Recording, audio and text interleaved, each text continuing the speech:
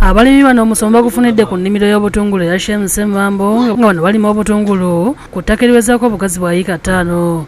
Ennimiro y'obutungulu eno esangibwa ku kyalo Bututi mu disitulikiti y'e Luweero. Basomesezza abalimi ku nnimiro y'obutungulu ey'omulembe era ne bategeeza nti okubufunamu olina okubeera omugumiikiriza. Olina okwagala akatungulu ng'omwana bw'omwagala, olina okwewaayo.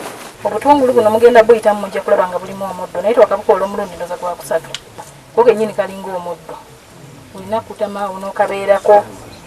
Ssemambo ne mukyalo yabalaza abalimi bano engeri omulimi w'obutungulu gy'alina okukolamu obutungulu kyokka wakati mu kubalambuza ennimiro babategeezezza ng'ekirowoozo ky'okulima obutungulu bwe baakijja mu lupapula lwa Bukedde. Lumu twali tusoma olupapula lwa Bukedde nga tulugulidde muwala waffe yali agenda okukola PLE.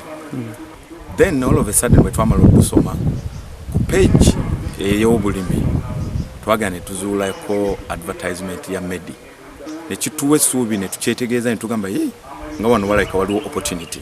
Medi Matovu nga yakulembeddemu abalimi ayogeddeko n'omusasi waffe era ng'asabye abalimi bulijjo okujjumbira emisomo n'okulambula abalimi bannaabwe. Kituyambye nnyo omuntu yenna bw'omusanga yeebaseemu ng'abadde kyakola nga tekigenda bulungi mu maaso omukyalira ddamu amaanyi n'agenda mu maaso n'okulima.